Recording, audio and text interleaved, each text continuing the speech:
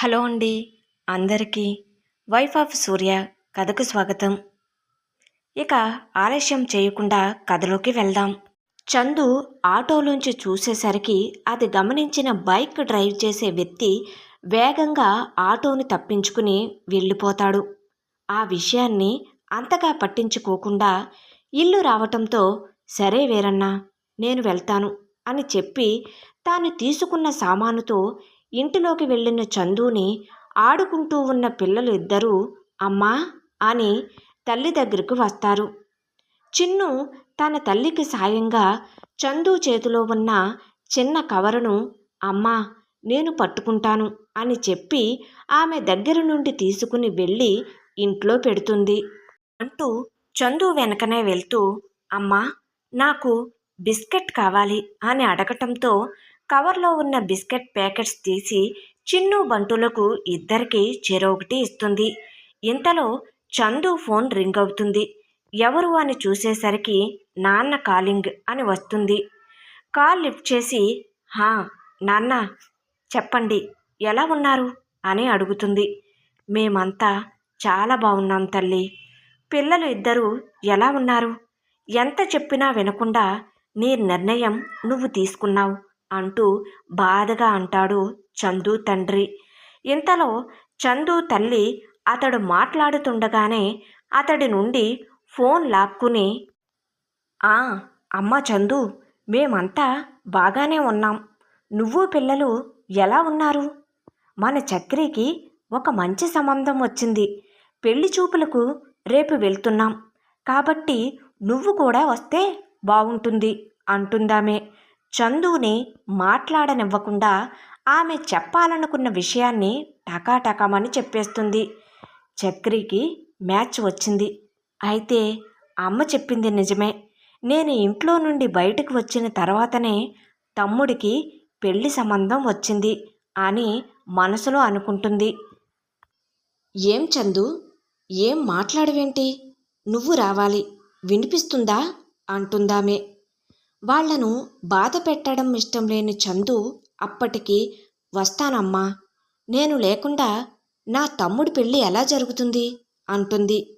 సరే చందు రేపు ఉదయం 10 గంటలకు నువ్వు ఫలానా చోట ఉంటే మేము వెళ్లే దారి మధ్యలో నిన్ను కారు ఎక్కించుకుని తీసుకువెళ్ళిపోతాం సరేనా అంటుంది చందు తల్లి. ఆ సరే అమ్మా తప్పకుండా అని చెప్పి ఏం మాట్లాడకుండా ఇక ఉంటానమ్మా అని కాల్ కట్ చేస్తుంది.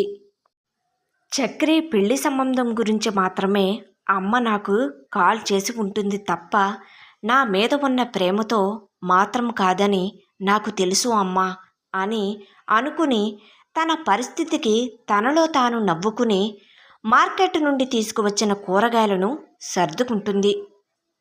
అరే చక్రి నువ్వు కోరుకున్నట్లుగానే చందు కూడా మనతో పాటుగా పెళ్లి చూపులకు వస్తుంది. ఇప్పుడైనా వస్తావు కదా అని కొడుకుని అడుగుతుంది.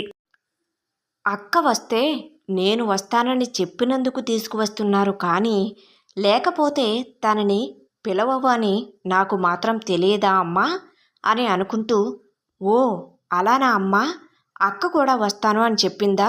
నాకు చాలా హ్యాపీగా ఉంది అంటాడు. సరే ఉండు వేడిగా కాఫీ కలుపుకుని వస్తాను అని చెప్పి ఆమె అక్కడి నుండి వెళ్ళిపోతుంది.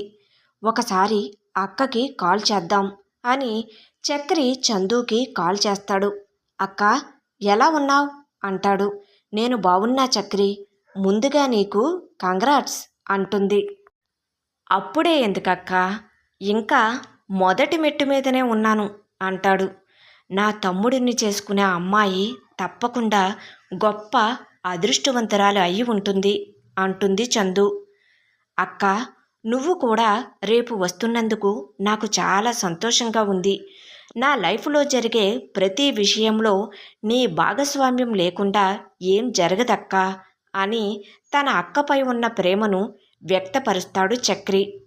చందు ఏం మాట్లాడకుండా మౌనంగా ఉండిపోతుంది. ఏంటక్కా ఏం మాట్లాడవు? అది కాదు చక్రి నాకు కూడా రావాలని ఉంది. కానీ నేను వస్తే వాళ్ళు ఏమనుకుంటారోనని భయంగా ఉంది. అక్కా, నువ్వు నా అక్కవి. నువ్వు వస్తే నాకు చాలా సంతోషంగా ఉంటుంది. నువ్వు రాకపోతే నేను చాలా బాధపడతాను అంటాడు. చూడు చక్రి, నువ్వైనా నీ లైఫ్లో హ్యాపీగా ఉండాలని కోరుకుంటున్నా. నా కారణంగా నీ పెళ్ళికి ఎటువంటి ఇబ్బంది పడకూడదు అంటుంది. అదేంటక్కా అలా మాట్లాడుతున్నావు? అమ్మ వాళ్లతో వస్తానని చెప్పావుగా అని మరింత గొంతు పెంచి అంటాడు చక్రి. వైఫ్ ఆఫ్ సూర్య కథ కొనసాగుతుంది. కథ నచ్చినట్లయితే తప్పకుండా సబ్స్క్రైబ్ చేసుకుని ఎంకరేజ్ చేయగలరు. అదేవిధంగా కథ ఎలా ఉంది అనేది కామెంట్ సెక్షన్లో రాయటం మాత్రం మర్చిపోవద్దండి. Thank you.